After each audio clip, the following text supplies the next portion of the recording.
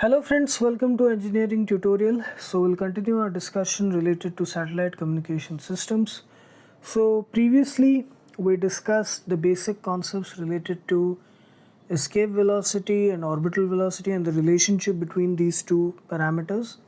So in this video we are going to discuss about another important parameter associated with the satellite movement, which is the time period of a satellite.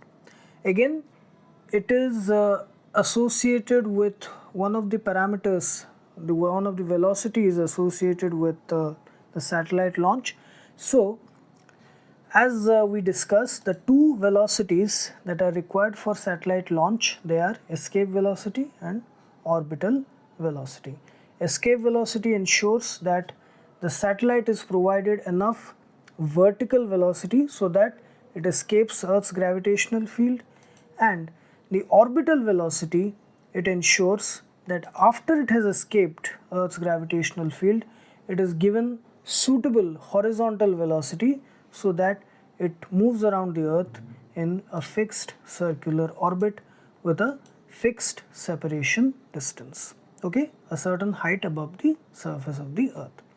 Now, for determining the time period of a satellite, the parameter, the velocity which we are interested in is orbital velocity, which is the horizontal velocity given to the satellite after it has ascended to a height which is outside Earth's gravitational field.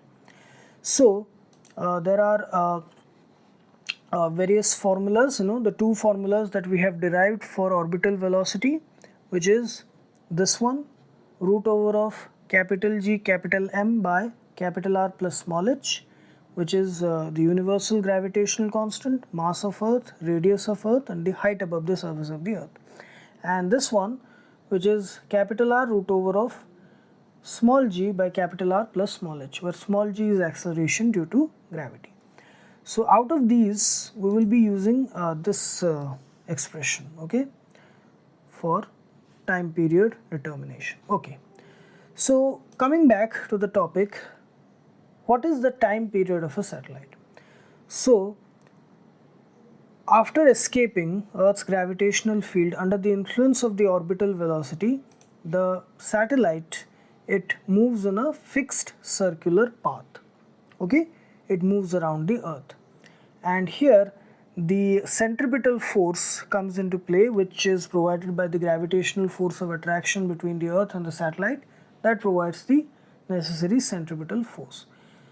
Now, the time taken by the satellite to complete one revolution, one complete movement around this circular path, that is called as the time period of the satellite.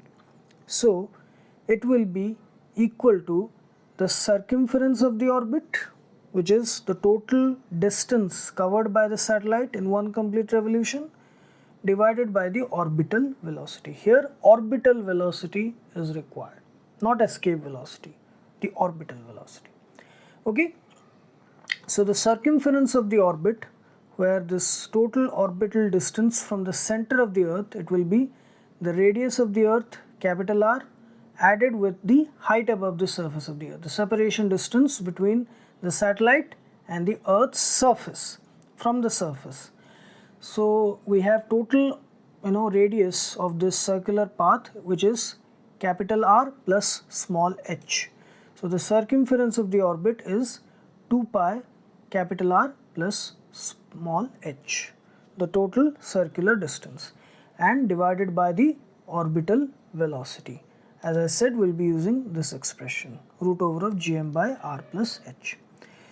So now, if we put these values, we'll get the time period capital T is equal to 2 pi capital R plus small h by root over of gm by r plus h. So here this root over of r plus h, it will go to the numerator. So root over of r plus h is nothing but r plus h to the power 1 by 2. So r plus h multiplied with r plus h 1 by 2, so it r plus h 3 by 2, or root over of r plus h cube. and we have root over of gm in the numerator, capital G capital M. So this expression gets modified into this 2 pi root over of r plus h whole cube by gm. This is one expression of the time period. It is in terms of the radius of the earth, height of the satellite above the earth's surface, universal gravitational constant, mass of the earth. This is one formula, one mathematical expression. Another expression is, we know that the acceleration due to gravity small g is equal to gm capital G capital M by capital R square. We have derived it in acceleration due to gravity. You can watch that video. So in place of capital G capital M, the product of gravitational constant and earth, mass of the earth, we can replace it with small g capital R square. So here in this expression, if we substitute gm with small g r square, we will get another expression of time period of a satellite. This is in terms of radius of earth, height above the earth's surface, acceleration due to gravity. Okay, so depending upon which parameters are available, we can use any of these mathematical expressions, these formulas, to determine the time period of the satellite. Then another modification that we can do is, if we consider earth to be a homogeneous sphere where mass is uniformly distributed throughout the entire volume of earth, then let us consider earth to be a homogeneous sphere of radius capital R, density rho, and mass capital M. So it's a homogeneous sphere where mass distribution, that is, it is constant, density is constant. So we can write the mass of the earth as 4 by 3 pi r cube, that is the volume of the sphere, which is earth, multiplied with the density 4 by 3 pi r cube rho. So here the expression which we derived here, T is equal to 2 by root over of r plus h cube by gm, in place of m we'll substitute this. Okay, 4 by 3 pi r cube rho. So we have done that. 2 pi root over of r plus h whole cube by capital G multiplied with m. This is nothing but m, mass of the earth, which is 4 by 3 pi r cube rho. So this gives us this modified another mathematical expression for time period of the satellite, which is equal to root over of 3 pi r plus h cube by g rho r cube. Okay, g rho r cube. So this is in terms of radius of the earth, height above the surface of the earth, and universal gravitational constant, and also the density of the earth. So this is the third expression of time period of a satellite. Okay, so we have, this is the first one, the first expression, then we have the second one here, and then finally the third one here. Okay, so these are the three mathematical expressions for time period of a satellite. Now let us consider another situation where, let's say we have another situation where we have a satellite which is orbiting very close to the surface of the earth. So in that situation, we take the height above the surface of the earth, small h, very close to 0 or almost equal to 0. In that case, if we substitute h is equal to 0 in each of these mathematical expressions,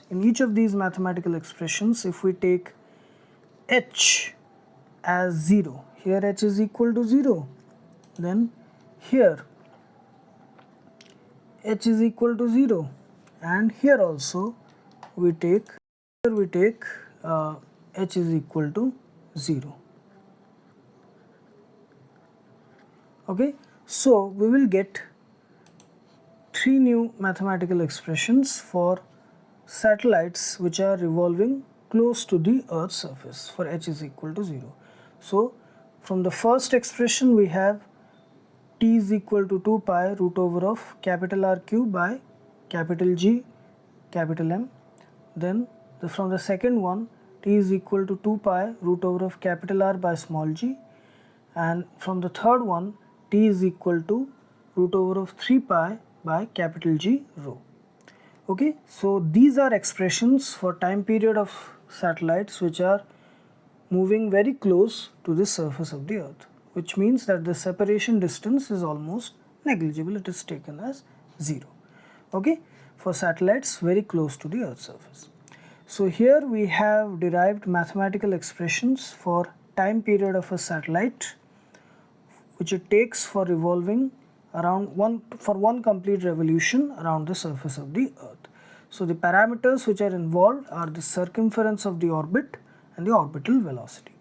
Okay, so we derived three expressions, 1, 2 and 3, and 3 again new expressions for satellites close to the surface of the Earth. Okay, so this is the thing.